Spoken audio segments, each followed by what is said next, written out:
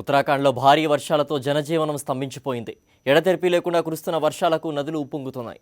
పలు ప్రాంతాల్లో కొండ చర్యలు విరిగిపడడంతో రాకపోకలు నిలిచిపోయాయి. దీంతో స్థానికులు తీవ్ర ఇబ్బందులు పడుతున్నారు. ఉత్తరాఖండ్లో వరద బీభత్సం కొనసాగుతోంది.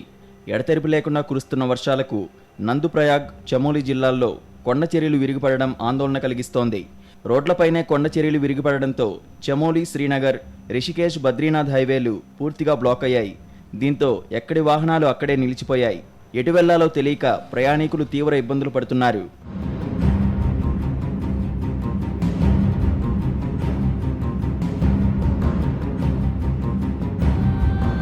ముఖ్యంగా పర్యాటకుల కష్టాలు వర్ణనాతీతంగా మారాయి. ఉత్తరాఖండ్లో టూరిస్ట్ స్పాట్లను చూసేందుకు వచ్చిన ఎంతోమంది పర్యాటకులు కొండల్లోనే చిక్కుకుపోయారు. దీంతో రంగంలోకి దిగిన ఆర్మీ సహాయక చర్యలను ముమ్మరం చేసింది.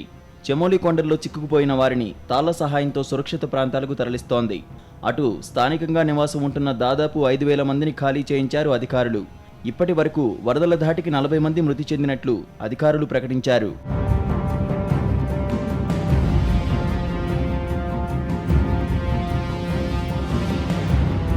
మరోవైపు రెస్క్యూ సిబ్బంది రహదారిపైనే విరిగిపడ్డ కొండ చర్యలను తొలగిస్తూ రాకపోకలను క్లియర్ చేస్తున్నారు. ప్రొక్లైనర్ల సహాయంతో రోడ్ల మరమ్మతులను యుద్ధ ప్రాతిపదికన కొనసాగిస్తున్నారు.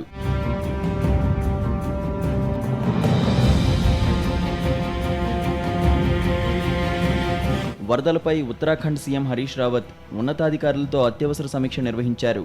సహాయక చర్యలను ముమ్మరం చేయడంతో పాటు పునరావాస కేంద్రాలను ఏర్పాటు చేయాలని అధికారులను ఆదేశించారు.